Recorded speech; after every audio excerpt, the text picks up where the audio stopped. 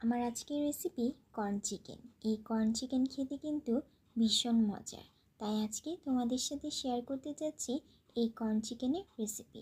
আসসালামু আলাইকুম সবাইকে, আশা করি সকলেই ভালো আছো।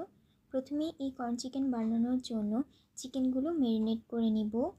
ম্যারিনেট করার জন্য এখানে আদা রসুনের পেস্ট, সয়া সস, গোলমরিচের পাউডার, সেই সাথে মশলা, যে কোনো মিক্স মশলা, চিকেন মশলা কিন্তু দিয়ে নিতে পারো। এরপর কর্নফ্লাওয়ার দিয়ে দিচ্ছি।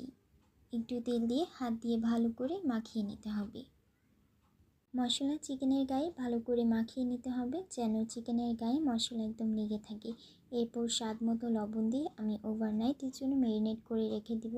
তোমাদের সময় কম থাকলে তোমরা 1 থেকে 2 ঘন্টার জন্য ম্যারিনেট করে রেখে দিতে পারো। চিকেনগুলো এখন ভেজে নেওয়ার পালা, তাই একটি প্যান নিয়েছি। ম্যারিনেট করা চিকেনগুলো এখন তেলের মধ্যে দিয়ে দিচ্ছি।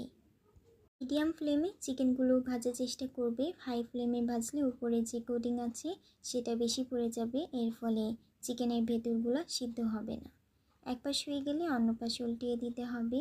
এভাবেই কিন্তু চিকেনগুলো আমি একদম লালচে করে ভেজে নিয়েছি। এভাবেই চিকেনগুলো একটু ক্রিস্পি করে ভেজে নিতে হবে। চিকেন ভাজা হয়ে গিয়েছে, এরপর একটি বাটিতে উঠিয়ে নিয়েছি। সেই একই তেলের মধ্যে এখানে রসুন কুচি দিয়ে দিচ্ছি। রসুনটা ভালো করে ভেজে নিতে হবে। রসুন ভেজে নেওয়ার পর এখানে পেঁয়াজ, সেই সাথে ক্যাপসিকাম এবং কর্ন দিয়ে দেব। তোমরা সবুজ অথবা হলুদ যে কোনো ক্যাপসিকামই দিয়ে নিতে পারো।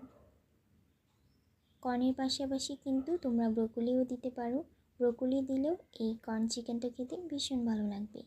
কিছুক্ষণ ভেজে নেওয়ার পর এখানে গোলমরিচের পাউডার দিয়ে দিচ্ছি। আগে থেকে বানানো সসটা আমি এখন দিয়ে দিয়েছি। এখানে হালকা একটু কর্নফ্লাওয়ারও দিয়েছি।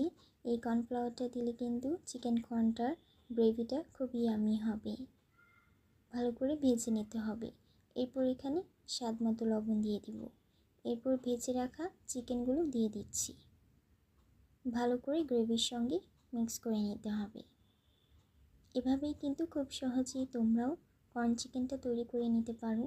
ভীষণ ভালো লাগে এই কর্ন চিকেনটা খেতে। একদম শেষ পর্যায়ে কাঁচামরিচ দিয়ে দিচ্ছি। তোমাদের পছন্দ মতো ঝালটা দিয়ে দেবে। এরপর তৈরি হয়ে যাবে মজাদার কর্ন চিকেন। এই কর্ন চিকেনটা কিন্তু ফ্রাইড রাইসের সাথে খেতে ভীষণ ভালো লাগে। এরপর সুন্দর মতো পরিবেশন করার পালা। উপরে আমি হালকা একটু তেল ছড়িয়ে দিচ্ছি। এভাবে কিন্তু দেখতে ভীষণ ভালো লাগে।